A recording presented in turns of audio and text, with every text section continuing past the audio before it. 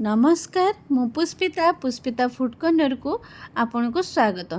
यही गरम पाग को जदि माछर तेल मसला दिया सेम तरकारी खाई बोर हो गले ताहले माछर ए नुआ प्रकार रेसिपीटी कम तेल मसला रे बनैकी खातु बहुत स्वादिष्ट लगे और चटपटा लगे। पार्टी को जदि अरुचिकर लगुए ताहले माछर यही रेसिपीटी निश्चित ट्राई करंतु। गोटे थाली भात जगह आप दुई थाली केतेबेले खाईदेबे जानी भी पारिबेनी। एही रेसिपीटी कौ भाया प्रस्तुत होउची स्टेप बाय स्टेप जानिया को हेले भिडियोटी स्किप न करी संपूर्ण देखिया पाई अनुरोध रहिला। चलतु तेबे डेरी न करी भिडियोटी स्टार्ट करिबा। एठी देखंतु माछ रेसिपी पाई आमे प्रथमे तार मसलाटी प्रस्तुत करनबा। मसला रे अछि मु धला सोरिष गोटे चामच, कला सोरिष गोटे चामच, आउ एठी पोस्त गोटे चामच नेची। एही सबु को आमे 10 रु 15 मिनिट पानी रे ताको भिजेकी बतुरेकी रखिदबा, जहाँद्वारा कि मसलाटी आमर चिकन होई बाटी ही जिवो। ताको रखिबा साइड रे। एठी देखंतु ता पई मु सब कोन हे नेची। एठी फ्रेश भृषंग पत्र नेची, छुंक लगे पाई बहुत भल बास्ना आसीबो। तो एठी भृषंग पत्र मु किछि नेची। आउ एठी सुखला लंका देखंतु 3-4टी मु सुखला लंका को नेची। एठी भी मध्य यहा को आमे छंकुरे व्यवहार करिबा।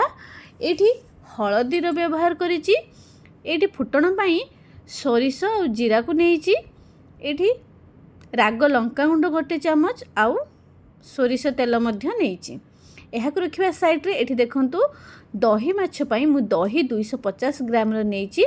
गोटे मीडियम साइज रो टमाटो को एमिति मु फाळ फाळ काटी नेछि।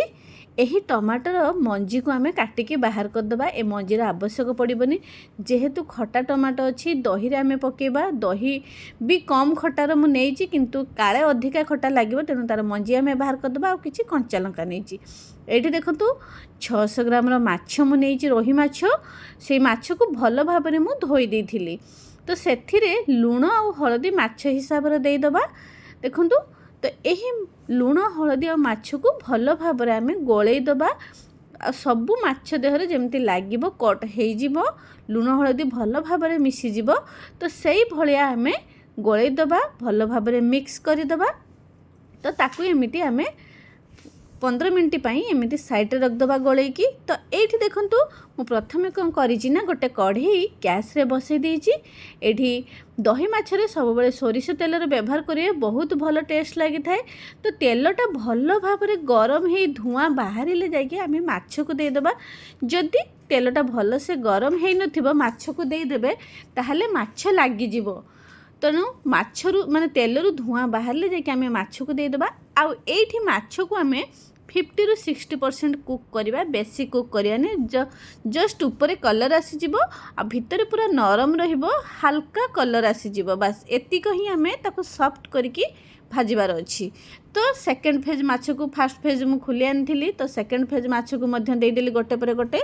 तो से माछ भजा हवा भितर एठी देखंतु आम जो बतुरेकी रखी सोरिष को से सब को आम देदबा। एठी मु सबतक जो सोरिष आ पुस्त बतुरेकी रखी देदेली। पानी तो ऑलरेडी मु भल पानी देकी बतुरे थी। तो से सब देकी आम तार गोटे चिकन करके गोटे पेस्ट करी आनिबा। देखंतु एठी आम भल भाव में ताको चिकन करी बाटी आनचे। एठी देखंतु मु जो माछ माने सेकेंड फेज पकईली ताको मध्य बाहर करी आनी। तो एठी सबुतक माछ मोर फ्राए हो जाइए। आ ए माछ देखंतु बेसी मु फ्राए करिनी, हल्का माने सॉफ्ट अच्छी माछटा। तो एठी देखंतु गोटे बाउल नबा, मसला तार प्रस्तुत करबा। आमे जो बाटी थिले सोरिष पेस्ट ताको आमे स्ट्रेनर रे छाणी आनिबा। काहेकि ना तो एथिरे जो चोपा अच्छी तो से जो कला चोपा तो आखि को भी भल देखा जीवनी, आउ डाइजेस्ट मध्य भल है न थाए। तेणु पेट खराब होता है चोपारे। तेणु ये चोपा को आम बाहर करदबा। तो यहीटा भी रियूज हो पार। आपण मैंने ये चोपा को गछ मूल भी दे पारे, बहुत भल कम आसीज। खत टाइप यूज हो पारे चोपारे। तेणु ये चोपा को मुझे 2 थर पानी देकी ताको भल भाव में ड्रेन करे नीचे। देखंतु गोटे चिकन पेस्ट आमर प्रस्तुत हो जाइए। तो यही सोरिष बटारे आम देदबा दही को जो रखी थिले। तो दही को देदबा, सोरिष बटा दही यही सब को बिटर भल भाव में मिक्स करदबा। ताको फेंटी फेंटी मिक्स करेंगे, नहले खदड़िया माने टेला टेला रही जाई पारे। तेणु आम बिटर ताको भल भाव मिक्स कर देचे। एथिरे दही हिसाब आम माछर तो हलदी देथिले, तो ये दही आम दही हिसाब हलदी देदबा, स्वाद अनुजाई लुण देदबा। तो यही सबको पुणी भल भाव मिक्स करदबा। तेबे चलतु नेक्स्ट फेज को जीवा, नेक्स्ट प्रोसेस को। ये देखु से जो कढ़ई आम माछ भाजी जो माछ तेल थिला सेटा सोरिष तेल थिला, तो सही तेल रे आम मसला को गैस फ्लेम को स्लो करदबा। तापरे ये जो मसला को सबू देदबा। तेलटा ठंडा होइथिबा दरकार, हल्का उषुम थिला। तो सही स्टेज जेहेतु आम दही दौचे प्रथम हाई फ्लेम देबेनी कि तेल अधिक गरम करें। तेलटा मोर हल्का उषुम थिला, तो सही स्टेज रे मु ए मिश्रणटा को दही और सोरिष बटाटा को मु दे देथिली। भिडियोटी जदि आपन को भल लागु थाए लाइक शेयर करदेबे। चैनल जदि नुआ थिबे तेबे सब्सक्राइब करिनेबे। फेसबुक पेज रे देखथले फॉलो तो निश्चित करिवे। एठी देखंतु पानी आपन टिके अधिका देबे, जेतिक माछ नउचंती माछ हिसाब रे आपन पानी देबे आ टिके अधिका देबे, काहेकि ना से भल भाव रे फुटिबो। फुटिले जाई कि तरकार स्वाद आसीबो। तो ये देखो गोटे फोटो आसला परे आमे ए स्टेज रे काटी रखिथिबा टमाटो को देदबा। तार मंजी सब मु बाहर करनी थी, तो यही टमाटो को देदबा। ये देखो टमाटो दे सारा परे कंचा लंका रखी थी, 5-6टी कंचा लंका, राग कंचा लंका। ये दही माछ पई राग कंचा लंका देले बहुत भल बास्ना आसता, टेस्ट मध्य बढ़िया लगता है। तो मुझे छेचिकी एमती दे देथिली। सी फुटिला परे पुणी देखंतु भल भाव दहीटा फुटिला परे आमे भाजी रखिथिबा माछ को गोटे पर गोटे ताकू केयरफुली दबा। सबुतक एका संगे देबेनी, जेहेतु माछ गुड़ा नरम अच्छी भांगी जाई पारे। तेणु आपण माछ दे सारा परे बेसी माने जो खड़िका लगेबेनी, आ हल्का एमिति ताकू माछ को देकी 10 मिनिट एमिति फुटिया पई छाड़ी देबे। 10 रु 12 मिनिट हो आपण छाड़ी देबे एमिति फुटिया पई।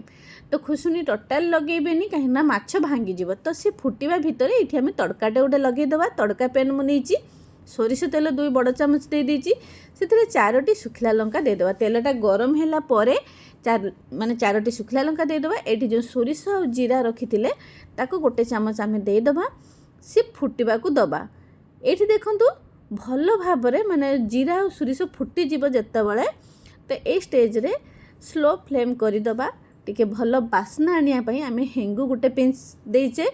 तो एठी भृषंग पत्र देदबा। मु धोईकी रखी बढ़िया बास्ना आसीबो। तो एठी देखंतु कलर पाई मु अल्प किछि माने राग लंका देइछि, जेहेतु आमे कंचा लंका देइथिले राग लंका देखिकी देबे राग हिसाब रो। तो एठी लंका पाउडर देइकी आमे टिके मिक्स करि दबा। तो ए छुंकटा को आमे सडन जो आमर माछटा फुटुची तो सेइथिरे तड़काटा लगे दबा। एठी सडन दे देकी देखंतु आमे ताको मिक्स करि दबा। बहुत बढ़िया स्टेज रे मतलब छुंकटा दउथिली, बहुत बढ़िया बास्ना आसुची। आउ ए छुंकटा देले बहुत टेस्ट भी बढ़िया लगी था। देखंतु ताकू पुणी स्लो फ्लेम रे 5 मिनिट एमती मीडियम फ्लेम माने लो टू मीडियम फ्लेम रखिबा। आ 5 मिनिट एमती फुटिया पई छाड़ दो। देखंतु मु केते पानी देथिली, से मरी मरी केते अधारू कम हे जाइछि। तेणु एटा टिके हल्का ग्रेवी रखिबे। जदि आपनकर झोल दरकार पानी अधिका दे पारिबे, किछि असुविधा नाही। किंतु ए भला जुकजुकिया रखिया बहुत बढ़िया टेस्ट रहिबो, माने बहुत टेस्ट भी बढ़िया लागिबो।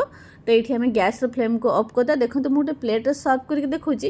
ये दही माछ पई आमे तो सुखला लंका देथिले, किंतु एथिरे लुण आ कंचा लंका जदि दली की खाइबे ना माछर स्वाद पूरा द्विगुणा अधिका बनी जाए।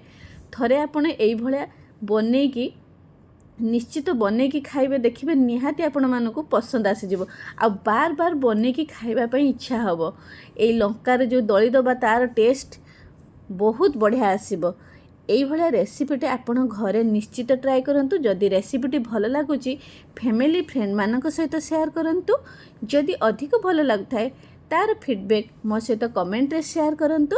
सेते पर्यंत रहुची मु आउ एक नुआ रेसिपी नेकी आपण मानक पाखकु आसीबी। जय जगन्नाथ।